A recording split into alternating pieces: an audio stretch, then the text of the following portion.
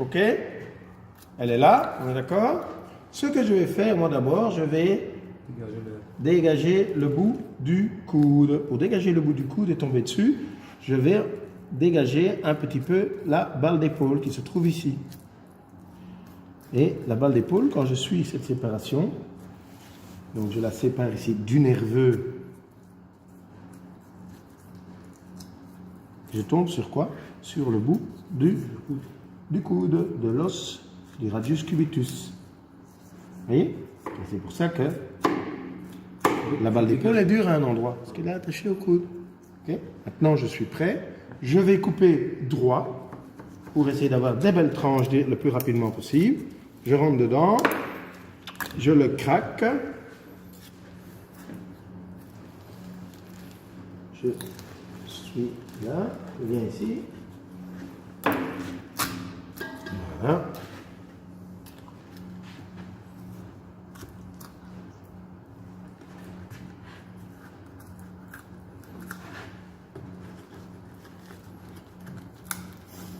Et comme ça, je garde une partie de mon nerveux sur le jarret. Pourquoi? Parce que c'est la seule chose qu'on va vendre facilement avec os pour faire des tranches de jarret de l'ossobuco. Et comme on vend ça cher, l'ossobuco, ben nous, on essaye de mettre un morceau en plus dessus. Ce n'est pas normal, mais après, qu'est-ce qu'on va avoir? Ben, on va avoir surtout des plus belles tranches. Sinon, tout ça, c'est cause de l'os, et alors on a une tranche qui tourne qu'autour de la moitié de l'os. Grâce à ça, elle tourne tout autour. Ça se vend combien l'ossobuco? Chez nous, l'ossobuco, c'est 18 euros, 18-19 euros le kilo, avec l'os. Ok. Attention, le début, la fin, hein, quand tu vois que l'os est plus gros que la viande, il ne faut plus mettre. Hein, mais après, au milieu, et les gens, tu vas vendre ça facilement.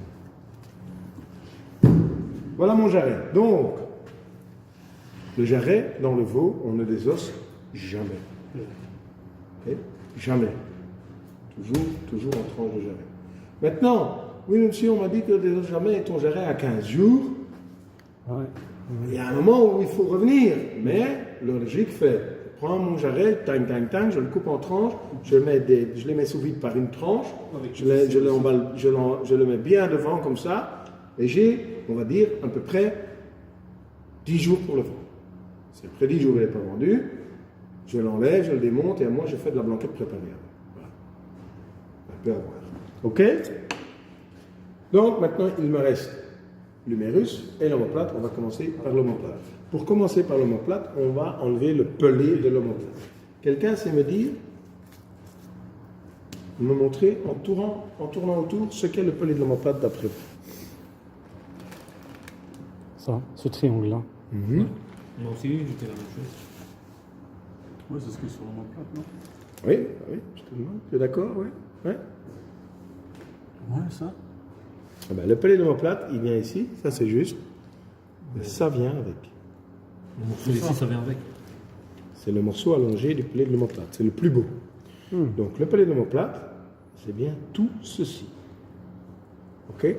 Dans le bœuf, dans le veau, c'est la même chose. Voilà. Dans l'hippopotame, vous aurez la même chose. Ok?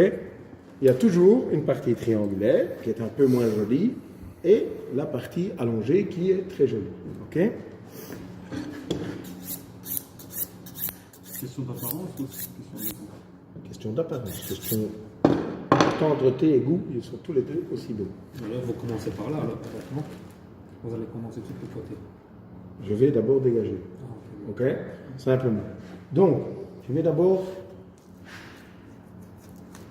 chercher la séparation ici. Ok?